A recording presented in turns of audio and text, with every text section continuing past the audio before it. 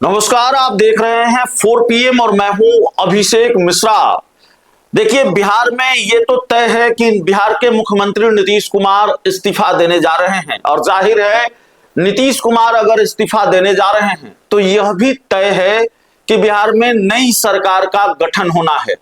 लेकिन यह तय नहीं है कि ये आसानी से हो जाएगा और दूसरी बात यह भी तय नहीं है कि बिहार का अगला मुख्यमंत्री कौन होगा।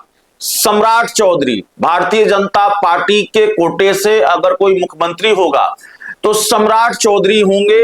ये अब भी तकरीबन तय नजर आ रहा है, लेकिन ऐसा लगता है कि पिछले कुछ घंटों में स्थितियां और परिस्थितियां बदली हुई हैं। हमारी अपनी समझ या हम अपनी इस बात पर अब भी कायम हैं कि अगर मुख्यमंत्री भारतीय जनता पार्टी के कोटे का हुआ तब तो सीएम सम्राट चौधरी ही होंगे।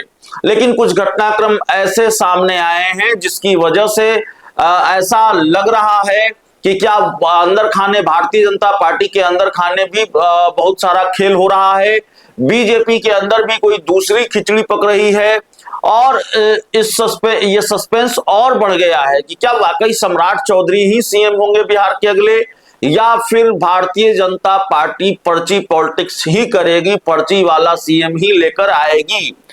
तो क्या होगा ये अगले कुछ घंटों में अब साफ हो जाना है। बहुत लंबा वक्त नहीं है। 14 अप्रैल को नीतीश कुमार को इस्तीफा देना है और 15 अप्रैल को नए सरकार के गठन की तारीख बताई जा रही है।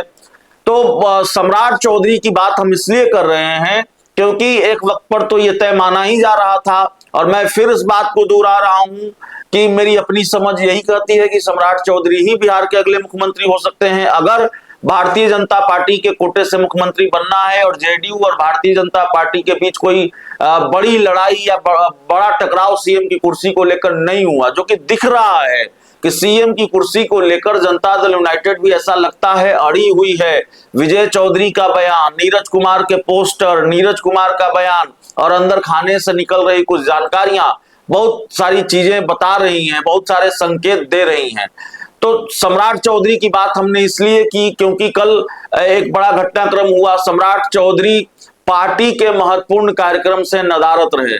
भारतीय जनता पार्टी दफ्तर में कार्यक्रम था जिसमें पार्टी के तमाम बड़े नेताओं को शामिल होना था और इस कार्यक्रम से सम्राट चौधरी नदारद रहे। इस कार्यक्रम में वो शामिल नहीं हुए और जब वो दिल्ली से पटना लौटे थे तब एयरपोर्ट पर उनके हाव भाव की भी बहुत चर्चा है। जिस तरह से वो दिख रहे थे, जिस तरह से वो नजर आ रहे थे, ऐसा लग रहा था कि कहीं ना कहीं कोई पेच जरूर फंसा है। लेकिन खैर, कल पार्टी दफ्तर में नहीं पहुंचे, पार्टी के कार्यक्रम में नहीं पहुंचे। विजय सिन्हा से सवाल पूछा जाता है कि भाई सम्राट चौधरी नहीं पहुंचे, तो वो इस सवाल को टाल जाते हैं। और उसके बाद का जो अगला घटनाक्रम है वो ये है कि सम्राट चौधरी बिहार के मुख्यमंत्री नीतीश कुमार से मिलने पहुंचते हैं।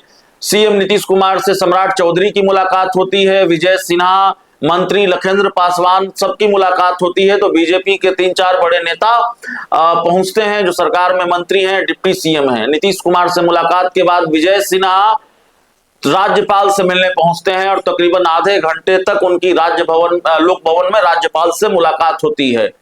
तो सवाल यह है कि कल जो ये हलचल हुई है और विजय सिन्हा की राज्यपाल से मुलाकात हुई है वो क्यों हुई है, इसके राजनीतिक मायने क्या हैं और सवाल यह है कि आखिरकार क्या खिचड़ी पक रही है जनता दल यूनाइटेड और भारतीय जनता पार्टी के बीच, कौन होने जा रहा है बिहार का मुख्यमंत्री और जेडीयू की क्या शर्तें हैं और जेडीयू की सारी शर्तें क्या बीजेपी को स्वीकार हैं।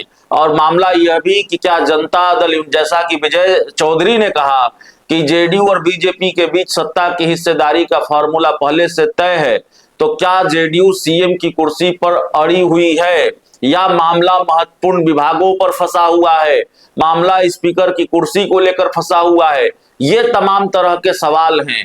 विजय सिन्हा की राज्यपाल से मुलाकात और सम्राट चौधरी का पार्टी के कार्यक्रम में नहीं पहुंचना, ये दो घटनाक्रम कल से बहुत चर्चा में हैं और इसको डिकोड करने की कोशिश लगातार हो रही है। हम भी कर रहे हैं। आगे जो भी अपडेट होगा वो हम आपको बताएंगे। फिलहाल इस रिपोर्ट में इतना ही। बहुत बहुत धन्यवाद।